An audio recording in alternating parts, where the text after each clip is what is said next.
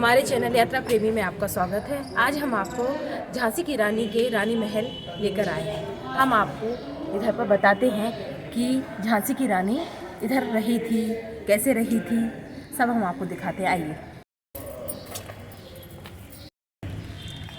इधर की कलाकृति काफ़ी अच्छी थी, लेकिन मूर्तियों को खंडित करके रखा है। हाय।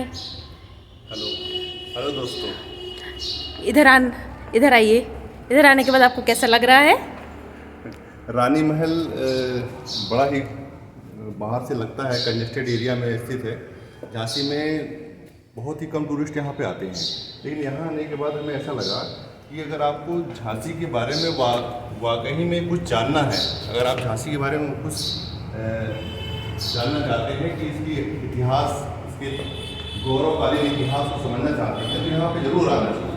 क्योंकि यहाँ पे जो खुदाई और पुरातत्व विभाग को प्राप्त हुई मूर्तियाँ रखी हुई हैं, उससे आप अंदाजा लगा सकते हैं कि उस ज़माने में गंगाधर राव के पहले और गंगाधर राव के बाद रानी लक्ष्मीबाई के समय में क्या अच्छी शिल्पकारी, ये कारीगरी देखिए। ये ग्रेनाइट जैसे कठोर पत्थर से बनाया हुआ गणेश की प्रतिमा, और ये कैसे बनाया होगा उस जमाने में, इसको कल्पना करना ही मुश्किल हो जाता है। ये शिव और पार्वती की मूर्ति ऐसा लग रहा है, शिव और पार्वती की मूर्ति है। और देखिए यहाँ पे ये भी शिव और पार्वती की ही मूर्ति ऐसा प्रतीत हो रहा है, क्योंकि यहाँ पे नंदी जी विराजमान है। लेकिन इसके चेहरे को तोड़ के रखा हुआ है। तो अंग्रेजों के ये देखिए, मुगलकालीन शासकों द्वारा सारी मूर्तियों को तोड़ने की कोशिश की गई। सारी मूर्तियाँ इस तरह से हैं, खंडित करके रखी हुई हैं।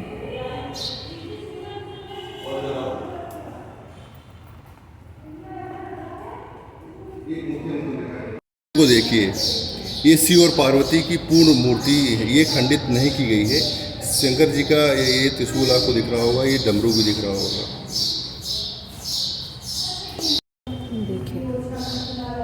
ये देखिए, ये कार्तिकेय की मूर्ति।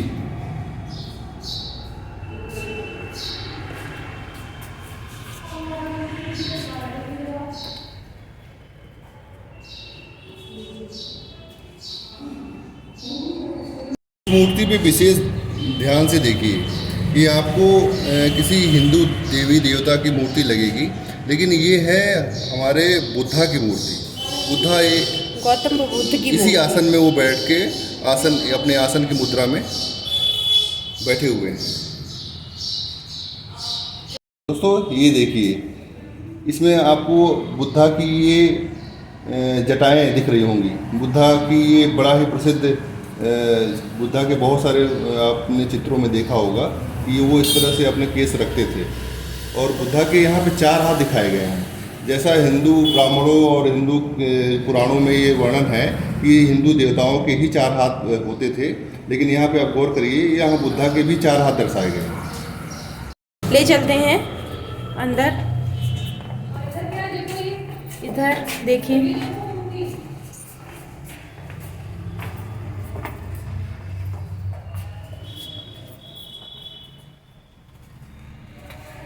देखिए, इधर आप देख सकते हैं एक गौतम बुद्ध की मूर्ति। बुद्धा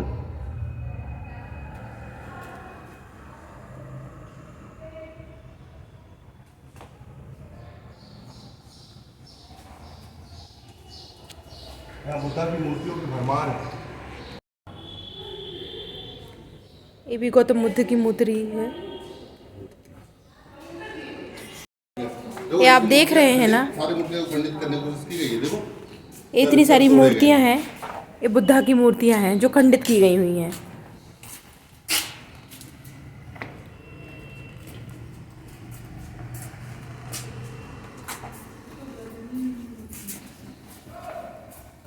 ये देखिए, ये आसान मुद्रा में गौतम बुद्ध की मूर्ति। इधर काफ़ी गौतम बुद्ध की मूर्ति मिलेगी आपको। देखिए, गौर से देखिए दोस्तों, बुद्धा की कंप्लीट मूर्ति। अच्छा, बुद्धा की मूर्ति के साथ साथ ये देखिए यहाँ पे शिवलिंग की आकृति भी बनाई गई है। ये बुद्धा और हिंदू धर्म के मेल करते हुए।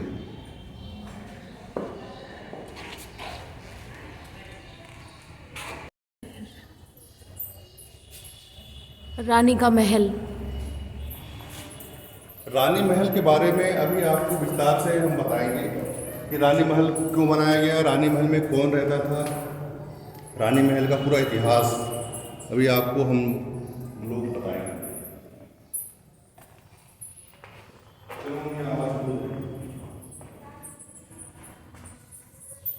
जब सिर्फ 2000 साल की बात होगी तो सिर्फ हिंदू धर्म की बात होगी, उससे ज़्यादा पीछे जाओगी तो अन्य धर्म की होगी। रानी महल में अंदर लेकर चल रहे हैं। रानी का कक्ष, रानी के कक्ष।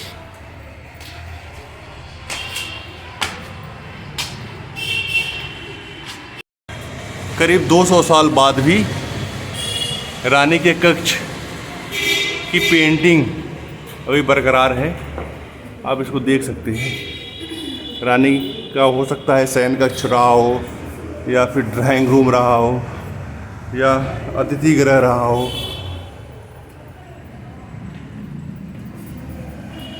ये उस समय वो रानी इसको उपयोग में लाती थी।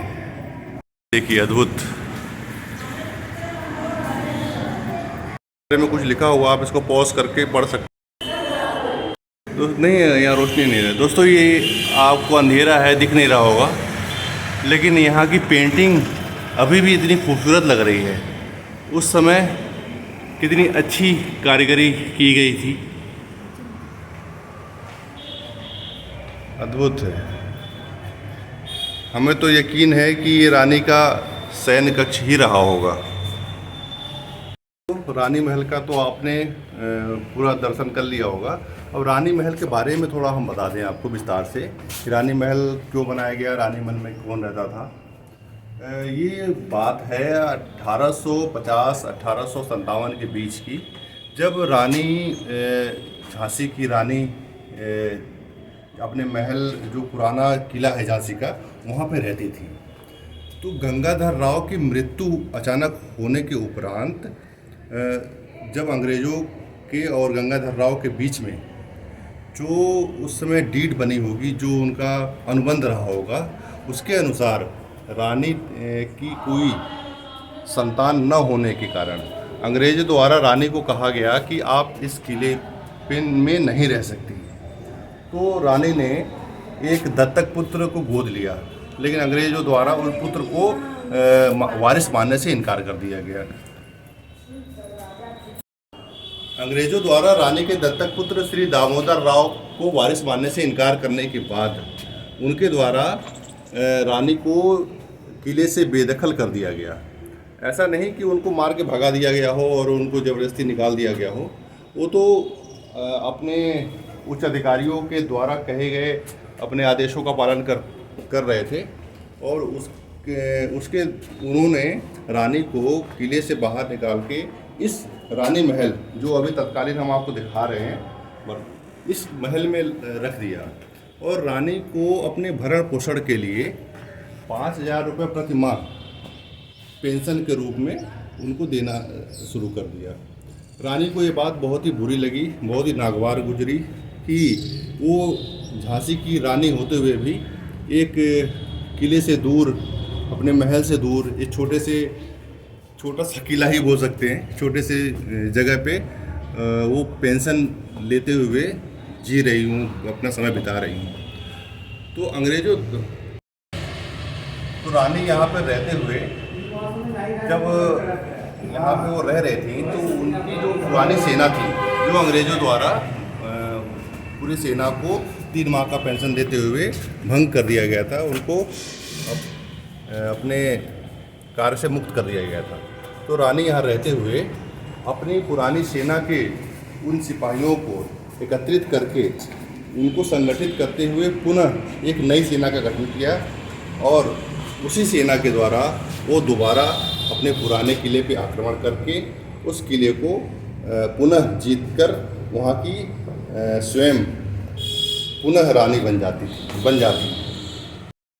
दोस्तों, अभी जिन मूर्तियों को आपको दिखाया है वो झांसी और झांसी के आसपास की खुदाई के दौरान प्राप्त हुई मूर्तियाँ हैं। झांसी के आसपास जब भी कोई कहीं पे बड़ा निर्माण होता है या कहीं पुल बनाए जाते हैं या कोई हाईवे बनाई जाती है, इस तरह की मूर्तियाँ खुदाई में मिलती रहती हैं, जिसको रानी महल में संग्रहित कर लिया जाता है। इस तरह की मूर्तियाँ जो पहले हमने वीडियो में दिखाई हैं और हैं।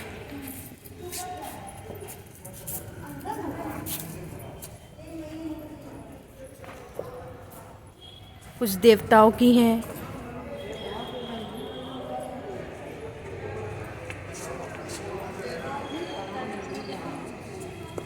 ये रानी का रानी महल आज हम आपको दिखाया है।